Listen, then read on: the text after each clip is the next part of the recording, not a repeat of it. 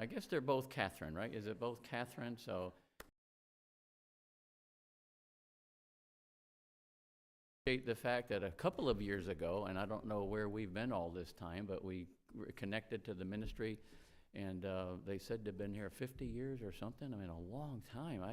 Different names and things of that nature, but she'll say more about that. We'll see a video in just a minute, but we connected because of the cause at hand, and I appreciate the fact that they're always sharing the gospel with people, so it's not just a temporary fix, but it is helping people. It's the Sira ministry, very specific ways, which they'll be getting into, but I'm just very thankful that we've connected in that way. And Dr. Kathy, you just never know. I think I called her up one time, and she called back and said she was on the phone with Trump or something like that. It was something like, so you just never know what she'll say. You'll never know what that lady will say, but twisted it. Don't say that in the church where I'm preaching. Say it somewhere else. But anyway, but they're good folks, do a great work, and so we've been to the banquet. A few of us went to the banquet. If you remember, we announced that there were other things going on with sports activities and other things, but they had the banquet. We've done the Walk for Life, which is coming up in April, and then a few of you did the pickleball. And are you going to do that again this year? Maybe no pickleball. Okay, too many injuries. Oh, okay. Anyway, forget that. But you took, and then and the walk and the banquet and so they'll let you know some of the things coming on, obviously. But we've been supportive, and by God's will, we'll continue to be so. And we'll, Lord willing, be bringing something up maybe at our March meeting about one of the events. Okay, so glad to have you here, and let's have a prayer, and then Dr. Kathy will come and make a couple of comments, and then we'll watch a couple videos, okay? So, Lord, we are thankful that we can come together and be encouraged and motivated in this very important ministry of life. And as we'll see, and most of us already know, but the second service, talking about what your word says about life and how important it is to you, and how you knit us together in our mother's womb, and all of these concepts from your word. So it's very clear to us. And then we realize that we live in a culture of death. It's terrible. And whether it's on the front end with abortion, or the tail end with euthanasia and things of that nature, making headway in our country. And just some of these folks are so adamant at what they're doing, and we believe they're confused, they're deceived. But it does speak about, the fact that they're motivated ultimately by Satan. And so we need to stand for right. So I thank you for the folks that you've raised up in this area and around the world to encourage us to be part of this kind of ministry. And not just helping temporarily, but helping eternally as well. We thank you for that. Bless our time together as we learn and get encouraged. In Jesus' name, amen. So Dr. Kathy, come make a couple, Dr. Catherine, make a few comments, and then we'll watch the video. Just so you know, he was talking to Trump, and he said, I was talking to him, but I hung up. I can talk to him anytime. So, just saying. So a few years ago, I heard Pastor Rick on the radio. And we knew about Windsor. In fact, years and years and years ago, there was a woman came and spoke here, and she was connected to, her last name was Saint. Do you remember that? Connected to the South American, who I'm talking about? Yeah, and that's the only time I had ever been here to Windsor Baptist. And then we had a good friend of my children who actually taught in your school. I was starting to put all this stuff together. And so when I heard Pastor Rick on the radio, I thought, wow, he sounds intelligent. And then I met him. No, he's an awesome guy. I'm just being mean. So, so anyway, I called him up because I said, that was unbelievable. You have these little teeny second spots on a radio, and it's powerful what you say. And so he and Karen came and visited the center, wisely as he should, to see that we were legitimate, and that began the connection. And then we were able to come here and speak to you guys. And We love you guys. We appreciate everything that you do for us and what you're doing for the community, and which affects the world. Like, you think you're just a small community, a small church, but you affect the world because each one of you has a multitude of people that you interact with, and those people have a multitude, and that's how things spread. And so we appreciate you guys, and we just want you to know that we appreciate what you do for the Lord. So we're going to start with 2 videos. The first one is kind of an overview of what we do at Sira, so that can answer a lot of the initial questions. And the second one is kind of the proof that's in the pudding. It's a testimony of one of our clients that came. It was a testimony that we shared at our banquet this year. Pastor Rick was a part of that this year. So we'll play both of those, and then I'll kind of add a little bit to the story, and then Catherine will give you some information that's pretty timely. The local, welcoming, community-funded health and counseling center committed to supporting the women, men, and families of the Gainesville area. Our goal is to listen, equip, and support each client and their family. We provide a safe space for clients to process their situation, consider each option available, and receive support no matter the circumstance. Our team offers a wide range of free services to those in need. We provide free medical-grade pregnancy tests to indicate pregnancy as soon as 10 days following conception. Clients receive resources, counseling, and care during each pregnancy testing appointment. Any woman with positive pregnancy test results will receive proof of a positive test and can schedule an appointment with Sira for an ultrasound. Another service Sira offers is no-cost STI testing. Test results are privately disclosed to each client by a registered nurse. For additional testing and treatment, clients are referred to trusted community resource partners for further support. Additionally, Sira offers education and encouragement to each client to equip them to live life to their full potential. At Sira, a variety of classes, programs, and coaching are offered to equip fathers as they support their families. Services available to men at Sira include STI testing, options counseling, and practical life skills classes. Our services are aimed to help men thrive in their roles as partners and fathers. Our trained medical team at Sira can provide limited obstetric ultrasounds at no cost to each client. During every ultrasound appointment, the Sira team measures the heart rate, size, and location of the baby to confirm pregnancy and determine viability and estimated due date. At Sira, our team's passion for helping the community is evident in everything we do. Every staff member, board representative, and volunteer is dedicated to providing an atmosphere of safe, welcoming, and supportive care. Relationships with the community are invaluable. Whether through outreach, fundraising, or community care, we appreciate the ability to network with local entities that advocate for and support their clients and families. We are grateful for each partnership and opportunity to join with local organizations to serve the community together. To help clients and their families succeed, we offer lifestyle classes. These programs focus on topics such as pregnancy and birth, parenting, financial success, healthy relationships, and more. These classes provide practical, relational, and financial skills to improve day-to-day lives. Sira's Hope Restored program offers healing and freedom to individuals who've experienced abortion and/or sexual trauma, addiction, and abuse. Classes are available separately to both women and men. Sira hopes to help each client find forgiveness and healing. Because of our donors' generosity, this organization can provide all these services for free.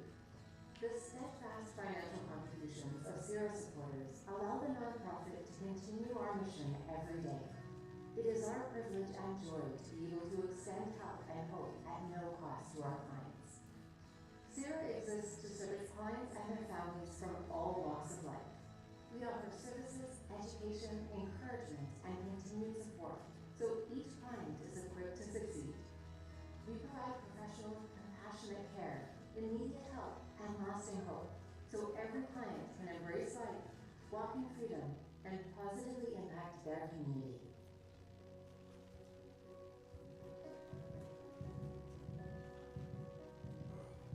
Without our donors, Sira would not be able to serve our community and families that trust us at some of the most pivotal points in our clients' lives.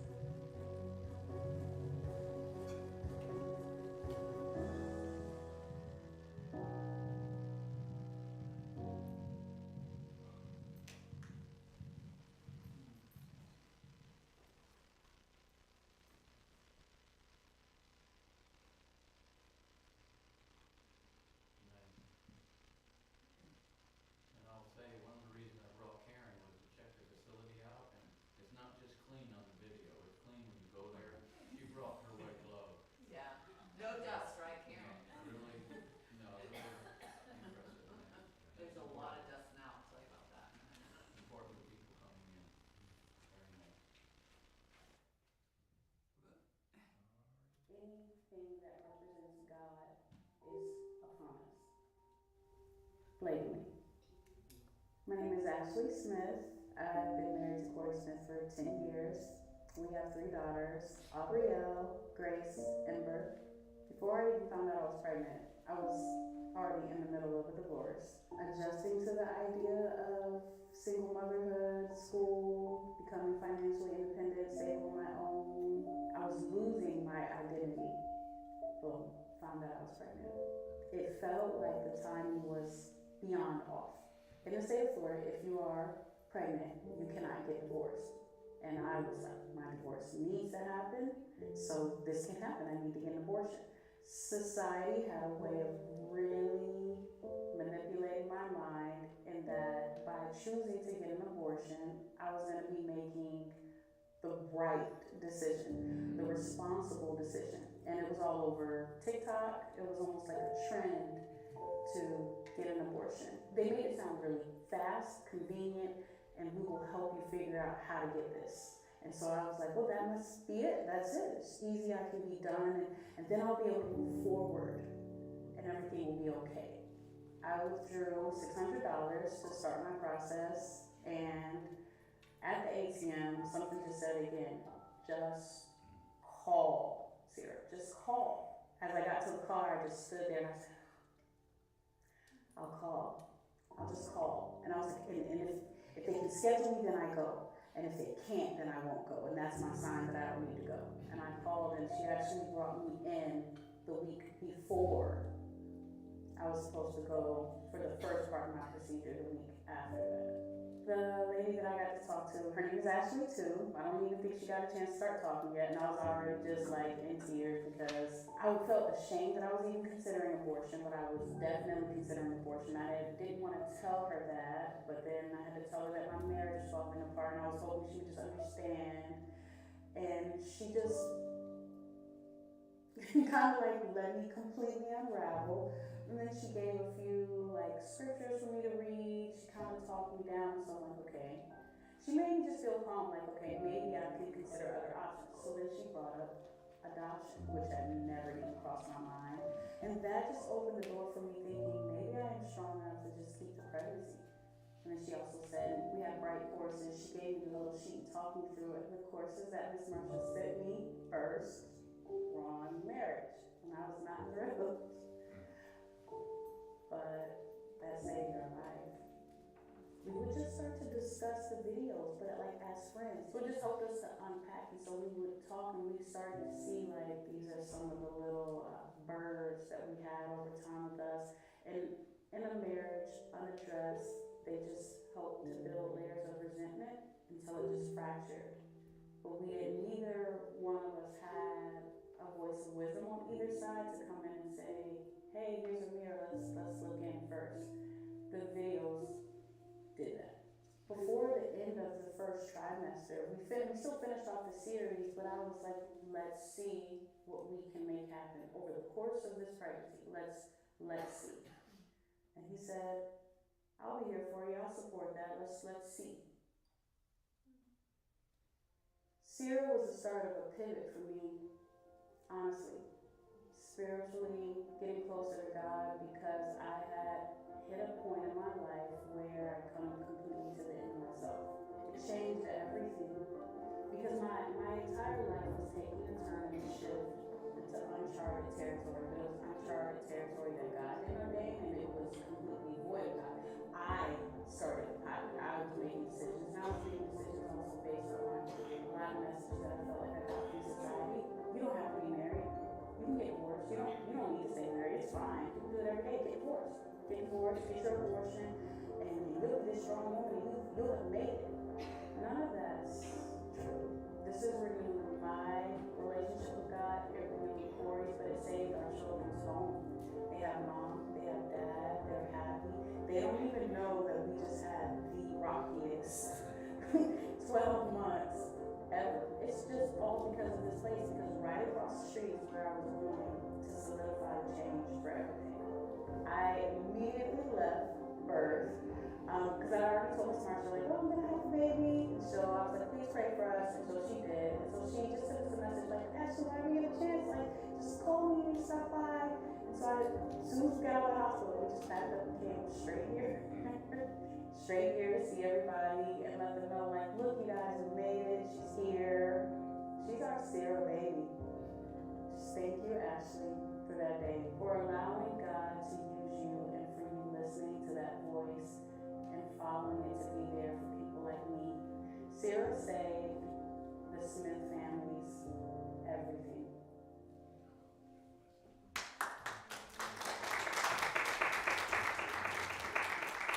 Isn't that amazing? It's just, and when you think the root of that is just obedience, it's being willing to be present, to be available, to share truth. And that's all Ashley did with Ashley. And it forever changed 5 people's lives drastically, for the good, for the better. So Sira has been in existence this is our 51st year. It's a very long time. And as Pastor said, it's had many different names. It actually started out when Roe v. Wade was passed originally. There were some men and women in the community of Gainesville that said, oh my goodness, we have got to do something to counteract this. And so they put an ad in the paper, and the ad said, if you're pregnant and you're concerned, meet us in the parking lot of Pick and Save. And so they would be there, and they would come, and they'd do their little pregnancy test in the bathroom and come back out, and then they would just pray for them, give them any kind of encouragement, resources, whatever they could do. Well, that was certainly not sustainable. And so they eventually got space with a church, and then they were able to meet women there. They outgrew the space, and they got a different space. And through those years, they went from just being, concerned citizens to Birthright. With Birthright, they weren't allowed to share the gospel, and so they didn't want that. They wanted to be able to share the gospel with their clients. So then they became Women's Resource Center, and then they added ultrasounds. They went beyond the pregnancy test. They did ultrasounds, so they became Women's Resource and Medical Clinic. And then in 2016, we became Sira, which is not an acronym. It's a river in Norway, and our logo is 2 waves, and that's the intersection of us and our clients. And it also in Arabic means life's journey. So it has a little bit of meaning. It's also easy to remember. A lot of people call it Siri now, but it's really Sira. And so in 2016, we did all the rebrand. We kind of updated everything. Because when you're in a ministry with young people, you have to look like you're with it. It cannot look like it's grandma's living room, because they're going to think you're out of touch. And so it wasn't an expensive, but it was just updated, fresh, clean. And then 2020 came. These are just kind of the ups and downs. So we built up. We decided to add STI testing, because STI testing now brought in men.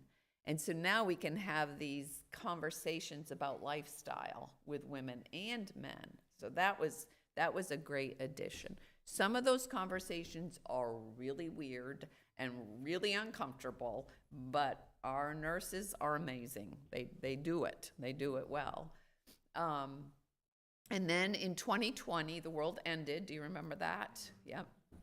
So I don't know how we're still here, but apparently we're still here, as evidence by our breathing and sitting and being here. But anyway, so we had to decide what to do because the places were closing, and it's like, is the government going to shut us down? Like, we kind of fit in this category, and we didn't want to close, but we knew it was going to be hard. And the building we're in right now, Planned Parenthood is right next door. This very questionable massage parlor is on the other side. Don't ever have your vehicles at that place or I will report you. And around the corner is an abortion clinic. I mean, God has us, and we are 9 blocks from the university, and we're maybe 2 miles from Santa Fe College. We are very strategically located. God put us there on purpose. And so we stayed open, and it was not easy because you had to wear masks. We cleaned doorknobs. We wiped down furniture after a client would come in. We were so careful, and it worked. Like, we never had to shut down because of COVID. And during that year, over 20 people became believers at Sira because we stayed open. And the other places shut down. It's like, yeah, you know. And so we're resilient because we're obedient, and in that obedience, God produces fruit. And it's just important. It's important to understand that. It's important to understand what your lane is. Pastor Rick's lane, he has a certain lane that he's in, and he thrives in that, and people are blessed because of that. And it's the same with Sira. We have certain services that we provide, but one of the things, we just had a conversation about preborn. Preborn is a ministry that provides ultrasounds to pregnancy centers. And so, but you have to qualify and you have to be trained. So one of the things they do is they come and they inspect and ask lots of questions. And they only had one thing that they didn't like about us. And I could tell it made that lady a little crazy because she wants to come in and find things and say, you need to do this and this. And whatever it was, we were already doing it. She just didn't see it. But anyway, so then they meet with your board. So you have to pass all these things. They're not just handing out ultrasound machines. Then you have to be trained and share Jesus without fear. Have any of you ever done that study? We did it some years ago. In a while. There might be a few that remember that. It's so good. It is worth redoing. It is so good. And it's so simple. And so we did that. And so now all of our advocates are trained in that. So every time we have a client that's willing to talk about Jesus, they have the opportunity to share the gospel with them. And it's amazing how, how people, either their eyes are open, they've never opened a Bible, they've never seen a Bible, they've never been to church. It's amazing how much the world has changed since like our generation and maybe my children's generation. The next generation is vastly different. And so that's one of the things that we are very careful about, that's a goal, because they can leave and know they don't have an STI and know they maybe need to change their lifestyle, or they can leave and know they're pregnant, and we have a packet, a booklet of community resources, and they can know, and they know these things are available to help them. And so all of that's there, and that will help them for the time or for the situation, but for life, the only thing that helps them is faith in Jesus Christ. And that's what we want them to know, that God can be with you always, that he's your source of wisdom. You can just turn to him and do that. And so that's something we will never give up on, that's something that we know is so important for our clients. So one of the other things I want to tell you really quickly is that the testimony that you just heard was amazing, isn't it? I mean, a marriage was saved, a child's life was saved. She just talked to Catherine, I think, just a few days ago, and she said the older two girls love the baby. The baby does have some medical issues, so that's a prayer. If you remember the word ember, if you hear that word, just say a prayer for her that they're able to resolve what's happening with her heart.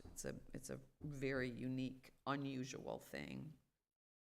But another example that I was thinking of this other client came in, and it's like, how much baggage do you have? How many people do you have speaking to you that aren't speaking the truth and are leading you down a path that you shouldn't be going down?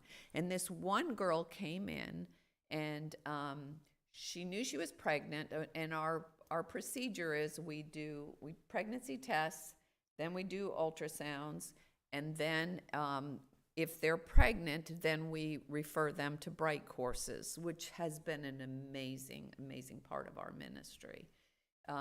Bright courses are set up, they're 20 minutes, they're online, and they take the course, they answer the questions, and they get points for everything they do. Those points equate to dollars, and those dollars, they can choose things for their baby. So they get on Amazon, they figure out what they want, and they are allowed to spend $100 a month. And it adds up to until their baby turns 1, they can do that. And it's been a huge blessing to families. And what's also unique that I've noticed is they order nice things, like organic things and things that they probably could never afford, but they want for their children. So it's super cool. So anyway, it's been a huge thing, but it's also been a huge financial thing that at first we're thinking, maybe a few people will do it. And it was like $2,500, like the second month or something. I said, whoa, we got to figure this one out, because it's a huge part of our budget. But it changes lives. It is absolutely worth every penny. So anyway, this girl comes in, she's pregnant. She's going to have an abortion. Her boyfriend wants her to have an abortion, and she has a terrible past, like abuse, lots of abuse in her past, and she's just starting to deal with that abuse. So she's going to a counselor who's an atheist. So here's the scenario. Like, here's 2 people pushing for abortion. She's got this awful baggage that she's trying to deal with, and she's trying to get answers from an atheist counselor. What could be wrong with any of that? So she comes in and she talks to one of the advocates, and they said, well, just come for the ultrasound. Like, at the very least, you can come. We can make sure that the baby's where it's supposed to be. We can tell you how far along you are. And we can give you a due date. At least you can get that. And so she talked, and she agreed. They hadn't finished talking, like, as far as advocacy, because she had to go see the atheist counselor. She had an appointment. So we're talking about Jesus, talking about, where she could go, what she probably should decide, and she's going to go to this. And we're praying. Like, this lady's going to say, don't listen to them. Like, what do they know about Jesus? Like, Jesus isn't real. And so we're praying and thinking, she's not going to come back. She's just not going to come back. Well, she did. She came back.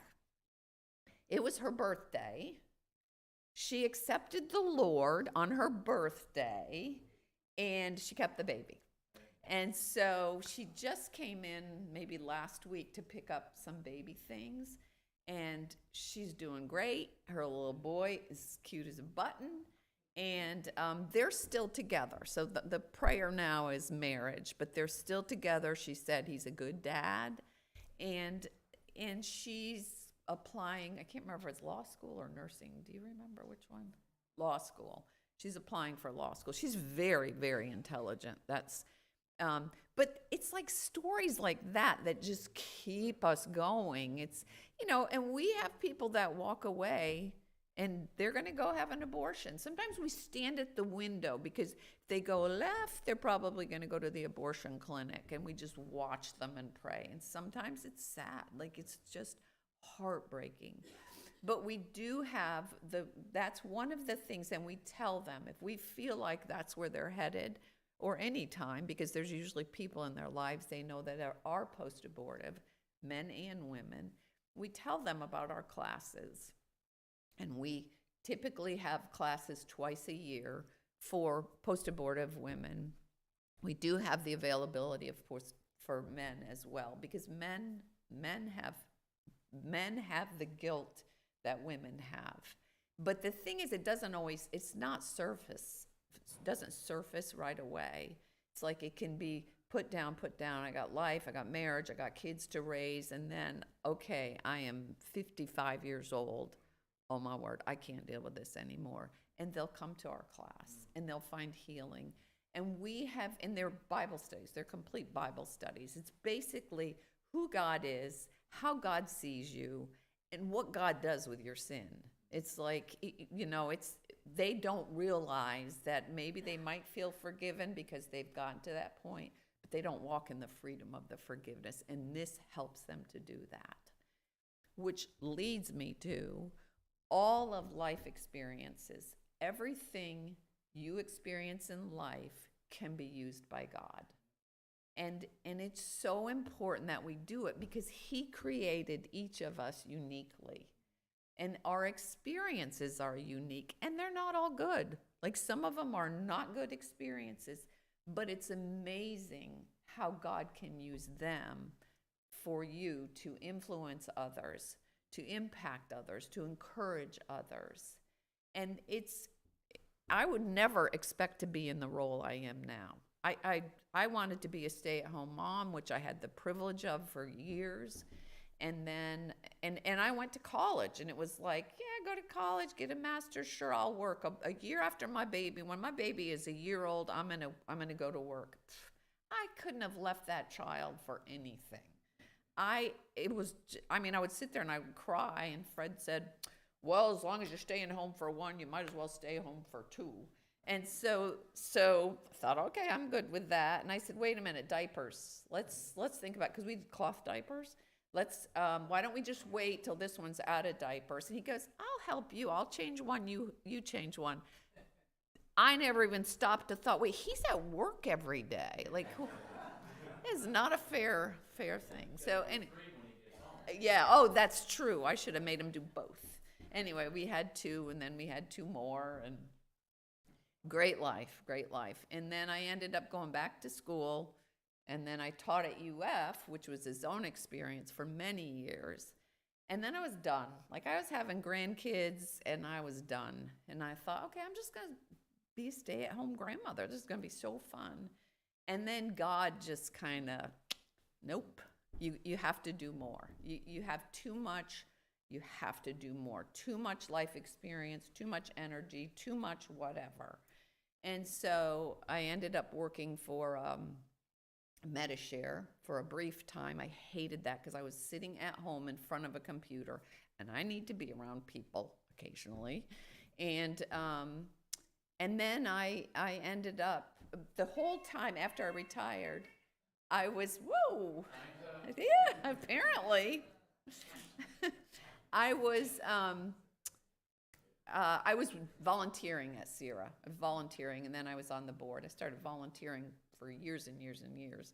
And then they asked me to be the director when the other director left, and I said, ain't no way, I'm not doing that. And then I started praying about it, and I thought, well, I can do interim. And then I ended up doing it, and I loved it. But all those experiences from teaching, being connected to medical, like working with college students, working with a diversity of people, all of that played out. And it was like I've always been like a square peg trying to fit in a round hole. And for once in my life, it's the square peg in the square hole. And it's so fulfilling. But I'm saying that to you, and I want Catherine to share a little bit about another aspect of the ministry. But stop and think. Like, if you have breath, God has something for you to do. And you just have to figure it out. And when you do it, you'll know. You'll know that that's what he had in mind. We need men at Sira. We need men to talk to the men that walk in. And you guys have the easiest job of anybody there. Because if there are no men that come in, you can be reading a book. We don't make you scrub toilets. We don't make you do any of the stuff that the women volunteers do if we don't have clients in there. Huh? Now you may still have to do that. That might be. No, not really. So keep that in mind. That's one thing. We need women counselors. We need it all. And Catherine will share a little bit more about that. But that's something I really want you to see, is that your life experience is for a reason. The good, the bad, the ugly, because everybody that walks in has a story, and that's the first thing we ask. Tell us your story. Tell us your life. What was growing up like? Do you have a big family? Because when you know as much as you can know about a person, then you can talk to them and have some kind of advice or enlightenment. If you don't, if you just assume things, then you have no idea what their needs are or what their perspective is or what their experience is. And so that's why we are all unique, because when we share with the clients, we have our own set of experiences in all of that, and we can relate to them. And it's amazing how God puts the counselor with the client, as so often the stories are similar, or there's some aspect that they can share. So I would ask for prayer for us. I would ask for prayer for yourself, and what is it that God wants you to do? And even if it has nothing to do with us, don't waste a moment of your life. It's so important. So I'm going to have Catherine come and talk, and then we'll be done.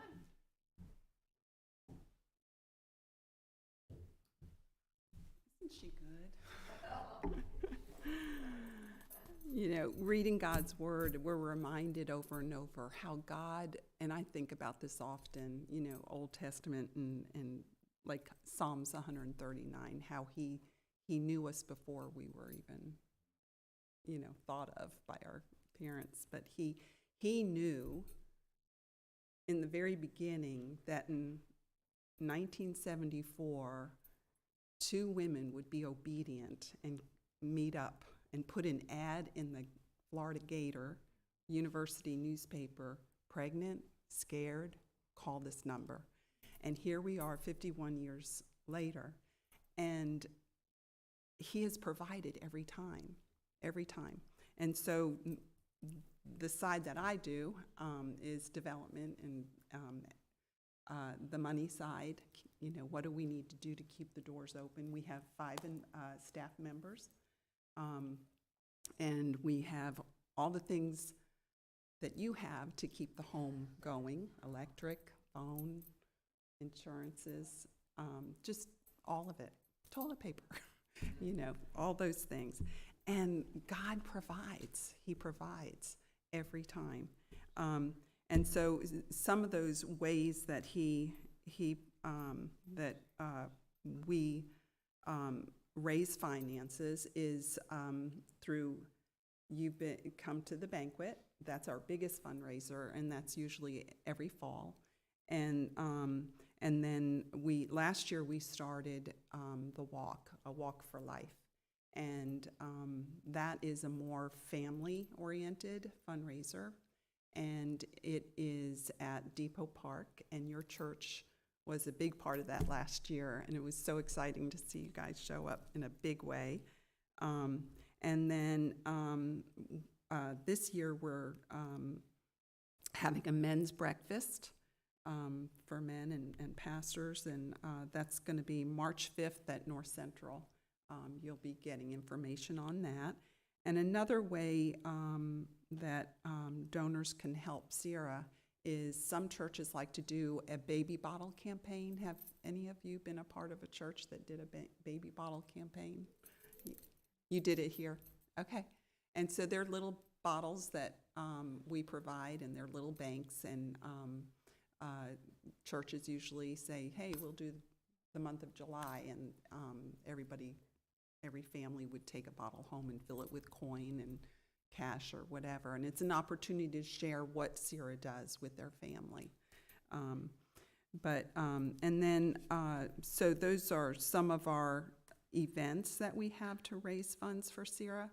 But what we need most is committed monthly givers. Without, right now with our budget, we're not even at getting a third of what we need per month. And that's why we have to do fundraisers, because we don't have enough committed monthly steady income to do what we do. But anyway, God always provides when it's like, oh, how is this going to happen? And it happens because we just need to go forward, like Kathy was saying, and be obedient, and we are, and He always provides. And we thank Windsor Baptist. You all have been good to us, and we thank you for your support and showing up. And it's encouraging to us to see that support. And you might not be able to help financially, but prayers equal much more. And we can't do it without that. And so that's it. Kathy wants to say another? So, an example of what Catherine's talking about. We had our banquet scheduled for September last year, and Helene decided to pay a visit. And so I went to just check on the center thinking, what's gonna happen, And there were some branches on the roof, and I thought, okay, no big deal. We'll just have to get somebody out here to clean it up.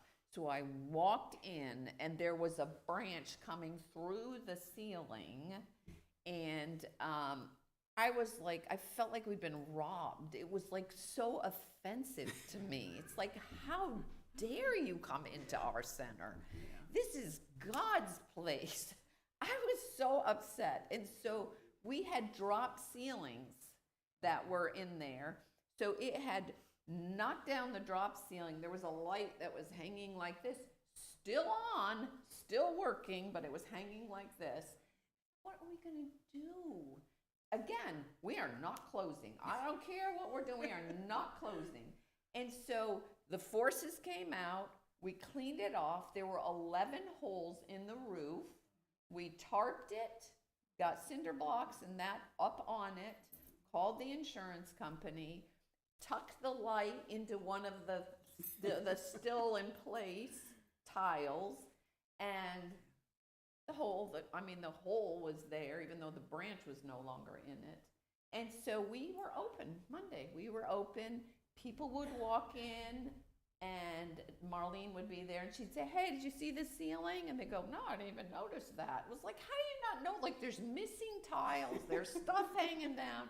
Anyway, so we started the repair. And as we started the repair, we said, we're getting rid of these ceilings. They hide a multitude of stuff that you don't want hidden necessarily. And so when Pastor Rick was saying that about that, how clean it was, it has not been clean in weeks because of the dust.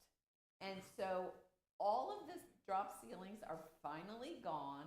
The construction people left Friday was their last day. This is how long it's been going on, room by room.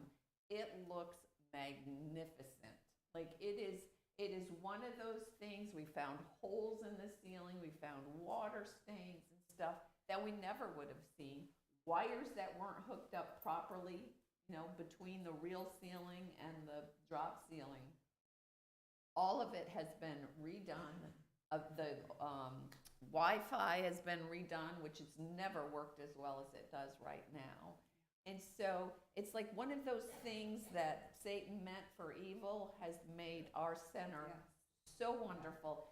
And the insurance does not cover much of that expense. Just so you know, there was like $18,000 deductible because it was a hurricane, which is a big chunk of the money. But God provided. It's for. Well, we have one last check to pay, but it's paid for, and he did provide that. And so it's like, even in that stuff, we just become more determined and stronger. People had to share in very odd office spaces and stuff, but it looks wonderful. We want to invite you to come. We love giving tours. Monday through Thursday, come see us. We would love to show you the new and improved Sira. Thank you so much for coming.